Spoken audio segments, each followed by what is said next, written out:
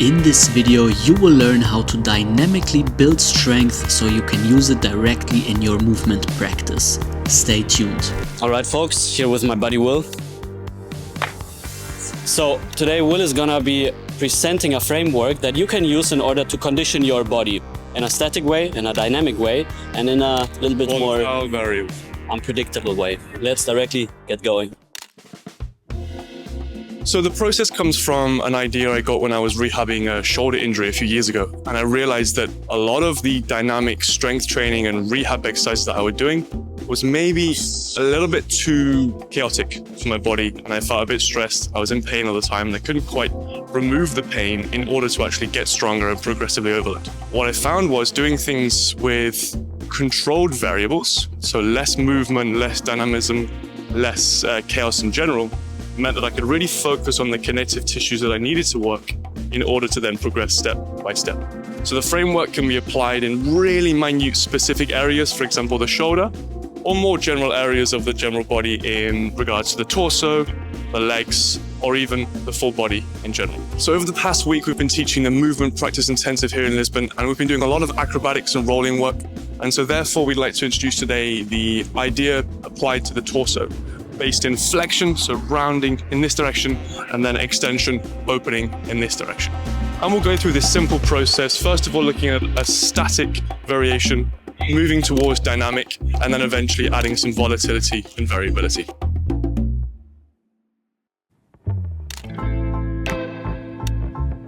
Okay, so task one, we're going to look at the isometric hollow body. This is looking at the flexion of the torso. Key detail here, I want Neil to first of all bring his limbs nice and close to his body, tucking up, really pushing the lower back into the floor. So we're really focusing on this hollowing of the torso. From there, he can then extend the leverage by elongating his limbs, for example, with one leg, with his arms over his head, and really put some more leverage, some more tension, some more effort through this torso shape. The key detail here is he's pushing the lower back as hard as he possibly can into the floor, and we're holding this position for time. Ideally, at least 30 seconds, up to 60 or even 90 seconds of holding here. We're looking for this rigid understanding, the holding of a shape of a posture, and ultimately of the position. Lovely. Okay, level 2, we're looking at controlled but dynamic repetition. So we're moving through this posture in slightly different ways. So you can use a partner to anchor yourself here, or you can use some kind of kettlebell, dumbbell, heavy weight over your head. Nil is going to grab my ankles. The ankles could be a dumbbell, for example. And he's going to, again, find his curved posture. He can then begin with his legs tucked to his chest. And then he's going to try and lift his knees and ultimately his pelvis as high as he possibly can into the sky, and then roll himself back down in a controlled manner. So now we're getting this nice feedback from the floor as he's rolling through the torso in flexion. This is going to be effortful. Make sure you're working. Beautiful. Up and down anywhere between 8 to 12 times, I would suggest. Legs long, make the leverage a bit longer, therefore making the intensity slightly higher, therefore making the exercise slightly harder. Beautiful. And this would be level 2, maintaining this posture, maintaining this easy rhythm, and this easy direction up and down. So level 3, we have these two options. We have variability and volatility. For variability, what I would encourage is my partner, so Nil, is to try and bring the legs up on slightly new angles and simply allow yourself to roll down. So again, he can start with a short leverage, knees blocked, and then just rolling down in a slightly new angle. Boom. You can almost imagine you're trying to trace slightly new lines or angles through the torso, down from the shoulders, through the spine, into the hips. Notice what Nil's doing towards the end is he's just releasing his arms to finish the motion nice and easy. And you can see as this progresses, you can have this lovely rolling motion where he doesn't even need my ankles. He can just lift his legs up and allow himself to roll down from this position towards a seated position. This is a lovely progression towards rolling, having already built this base of strength to lift the lower body up. Volatility, we're going to start to add some external influence, so I can now have a bit of fun. For this one, it's nicer to have a partner So again, Neil's going to anchor himself up.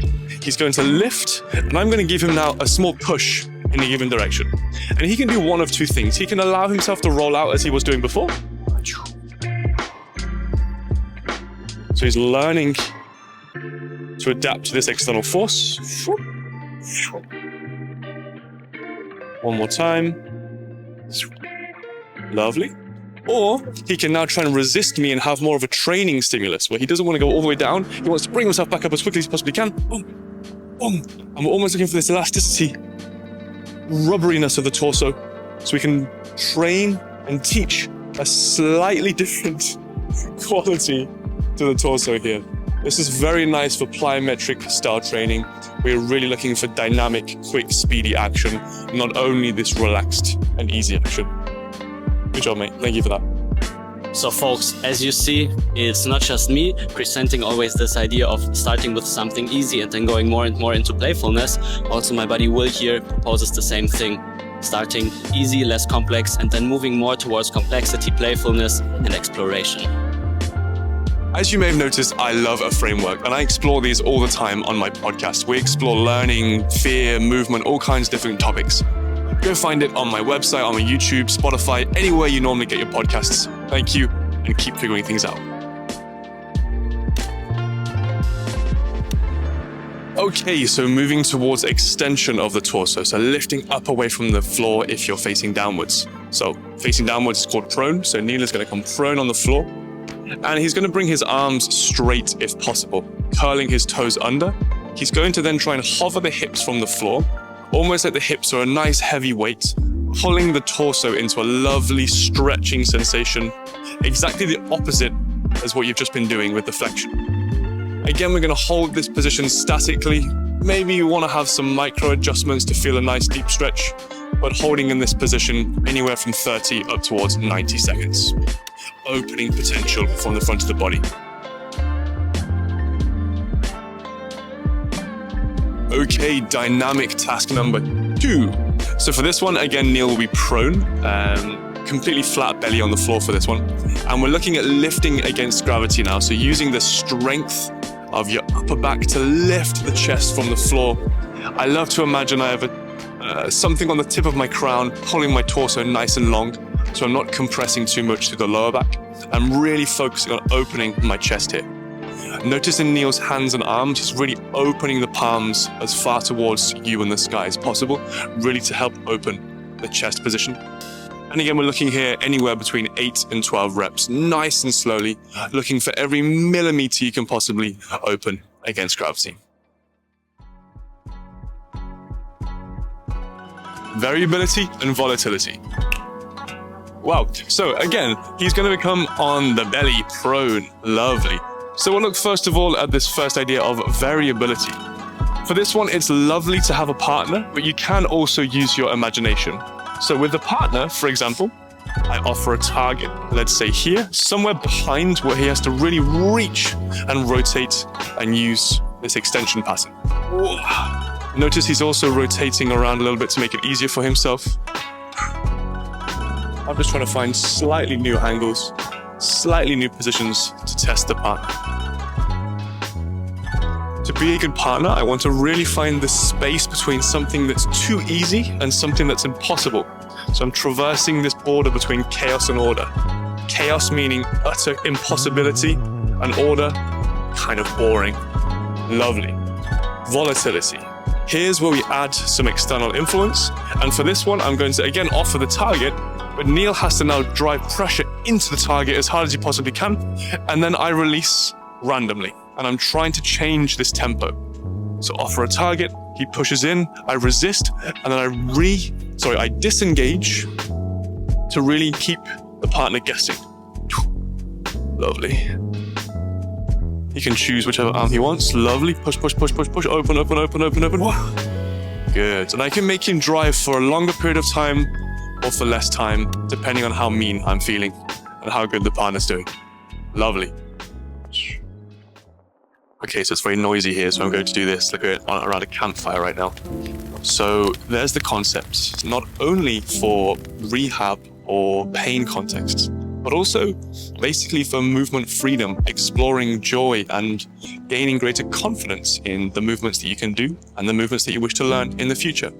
Something me and Nil have been exploring in our own practices and in the recent intensive we taught was the synergy between confidence and creativity, and how having a solid base through confidence in specific ranges of motion, specific movements and skills relates directly to one's movement creativity, because you have more safety and therefore more trust in yourself. Nil, do you think this is true for you? Do you feel like when you train specific ranges of motion under resistance that you feel more creative and confident? What a great question that is, my dear friend. And yes, indeed. So the thing is, especially in acrobatics and all of these weird positions, right? Twisted shoulders, bent spines and all of that. If our body is unsure whether it can hold these positions under high dynamic situations such as in acrobatics, it will probably not go there so easily. But if we refine these postures and really teach ourselves, hey, we can go there, we can apply pressure there, it might be even easier in dynamic situations. So just to reiterate, this concept is not only applicable to the torso, it can be used in many different ways, such as on the legs, in the upper body and the arms, in more open form, skill-based work. Try to apply the framework into areas that suit you, use it as a tool, and then push forward, figure things out for yourself, and ultimately find joy through movement. Amen. Let's go. Well, and this is it for this video. I really hope you enjoyed it, not only with me, but then also with my buddy Will Brown.